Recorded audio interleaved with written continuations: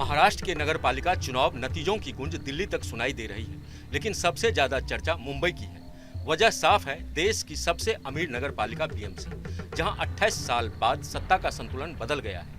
उद्धव ठाकरे की शिवसेना यूटीबी को करारी हार मिली है। बीजेपी पहली बार सबसे बड़ी पार्टी बनकर उभरी है, लेकिन सवाल अब भी वही है, मुंबई का अगला मेयर कौन होगा।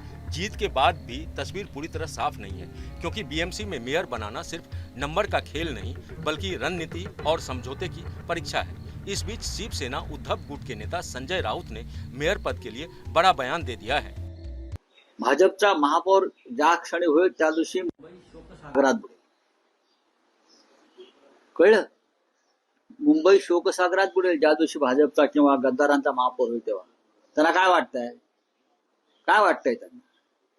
मोरारजी देसाईंनी जेव्हा 106 लोक मारले तो काळा दिवस आणि भाजपचा महापौर होईल तो दिवस एकच.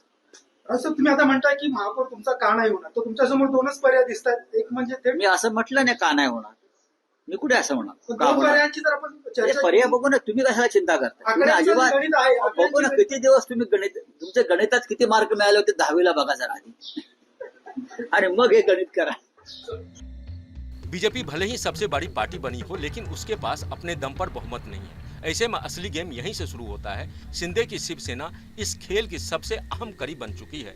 बीएमसी पर कब्जा तभी संभव है जब बीजेपी और शिंदे गुट साथ आए। यही वजह है कि मेयर की कुर्सी पर फिलहाल फैसला टला हुआ है। इस बीच राजनीतिक हलचल तेज हो गई है। जोर तोड़ की बातचीत जारी है। हर खेमा अपने फायदे और नुकसान का हिसाब लगा रहा है, क्योंकि बीएमसी सिर्फ एक नगर निगम नहीं, बल्कि सत्ता, पैसे और प्रभाव का सबसे बड़ा केंद्र है। सबसे अहम मोड़ आता है मेयर पद के आरक्षण का। मुंबई में मेयर किस वर्ग का होगा, यह पहले तय किया जाता है। सामान्य, महिला, ओबीसी, अनुसूचित जाति। यह फैसला चुनाव से नहीं बल्कि बाद में होता है, और यही बना है सस्पेंस की सबसे बड़ी वजह। इस आरक्षण का फैसला महाराष्ट्र के शहरी विकास विभाग करता है, और इस विभाग की जिम्मेदारी उप मुख्यमंत्री एकनाथ शिंदे के पास है। यानी मेयर की जाति और वर्ग की चाबी शिंदे के हाथ में है।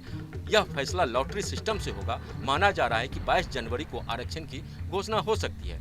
आरक्षण होते ही तस्वीर तेजी से बदलेगी। उसके बाद ही मेयर पद के दावेदार सामने आएंगे। फिर निर्वाचित पार्षदों की बैठक बुलाई जाएगी। इसमें मेयर और उप मेयर का चुनाव होगा। संभावित तारीख 28 जनवरी बताई जा रही है। बीएमसी में कुल 227 निर्वाचित सांसद हैं। इस बार एक और नया फैक्टर जुड़ा है, 10 नामांकित पार्षद। कानून में बदलाव के बाद इनकी संख्या बढ़ाई गई है। सबसे बड़ी पार्टी होने के नाते बीजेपी को इसमें ज्यादा नाम मिल सकते हैं। इससे मेयर चुनाव का गणित पूरी तरह से पलट सकता है। हालांकि बीएमसी में मेयर सबसे बड़ा चेहरा होता है, लेकिन असली ताकत पूरी तरह उसके हाथ में नहीं होती। बीएमसी में 2 विंग हैं, राजनीतिक और प्रशासनिक। राजनीतिक विंग के मुखिया मेयर होते हैं, जबकि प्रशासनिक विंग नगर आयुक्त संभालते हैं। फिर भी मेयर का पद राजनीतिक तौर पर सबसे अहम माना जाता है। 4 साल बाद मुंबई को नया मेयर मिलने जा रहा है। आखिरी मेयर किशोरी पडनेकर थी, लेकिन इस बार उद्धव गुट के लिए यह राह मुश्किल है। अब सबकी नजर शिंदे के फैसले पर है, क्योंकि इसी फैसले से तय होगा कि मुंबई का पहला नागरिक कौन बनेगा। आपके मोबाइल पर तुरंत आएगी ब्रेकिंग न्यूज। स्क्रीन पर सबसे पहले दिखेगी बड़ी खबर। देश दुनिया की हर खबर एक जगह। अब आपके मोबाइल पर तुरंत फटाफट इंस्टॉल कीजिए न्यूज नेशन ऐप और रखिए खुद को अपडेट।